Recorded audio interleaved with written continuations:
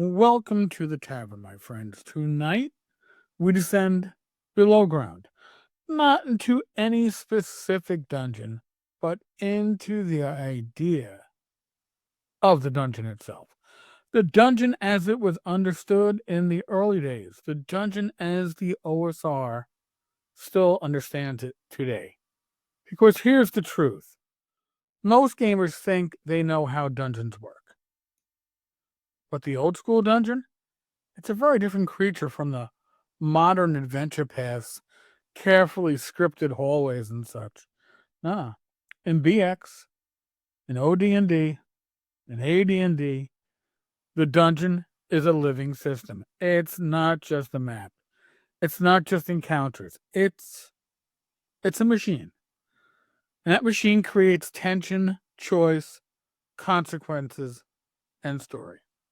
So tonight we're going back to the roots of the game to talk about dungeons done right. The OSR way. Grab a torch, check your rations, and let's dive in.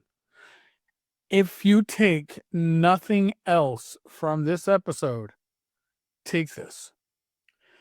In old school play, a dungeon is not a set of rooms. It's a procedure. It's a sequence of pressures, choices, and, most importantly, risks. Modern adventure design treats the dungeon like a narrative location. Old school design treats it like a clockwork engine. Lights run out, time advances, wandering monsters loom, noise carries, tracks get left behind, morale breaks, circuits form, routes open and close. Every turn is a pulse. Every room is a decision. Every path is a gamble. When you see the dungeon this way, suddenly everything makes sense. It's why mapping matters, why timekeeping matters, why torches matter, why random encounters matter. They are gears in the machine. And this is where OSR dungeons shine, not because they're deadly, but because they're alive. A proper OSR dungeon isn't linear. It isn't a checklist. It isn't a sequence of set pieces. It works on 3 tiers. The micro tier, one that you're probably most familiar with, is that room by room tier. It's about decisions. Every door, every chest, every hallway, players must ask, do we open this? Do we force it? Do we risk making noise? Do we search? Do we move quickly or carefully? At this tier, a single torch burned too long can change the tone of the entire delve. But then you have the mid tier, the circuit. This is where OSR design, dungeon design, reveals its genius. A good dungeon isn't a straight line, it's a loop. Players leave the entrance, explore, branch off, get turned around, and eventually reconnect with known territory. When players say, oh, we're back here, that's not coincidence, that's design. It's how players learn a dungeon. It's how they build mastery. It's how tension resets without breaking immersion. Modern adventures rarely give circuits. OSR dungeons live on them. And then you have the macro tier. The dungeon as an ecosystem. And this is where you, the DM, breathe life into the stone. A proper dungeon has factions, rumors, territories, sounds that echo through different levels, creatures reacting to players' actions, weak walls, secret routes, dangerous shortcuts. And before you ask, it has to have all of that? No, it doesn't have to have all of that. But it has to have a good portion of that. I think of Barrowmaze. Barrel Maze has weak walls. You can pound your way and make your own shortcut. But that too has its own cost, right? Noise. Wandering monsters. The OSR gets unfairly painted as gotcha gaming. But the truth? Old school play is about telegraphed danger. Players should always feel the tension before facing the threat. You don't just say, there's a pit trap, save versus death. You should be saying, the dust on the floor looks disturbed. A faint draft rises from the crack. The torchlight disappears into blackness beneath the flagstone. See, danger is not a surprise. Danger is a decision. OSR dungeons are not about punishing players, generally speaking, but they're about giving them enough clues to punish themselves if they ignore them.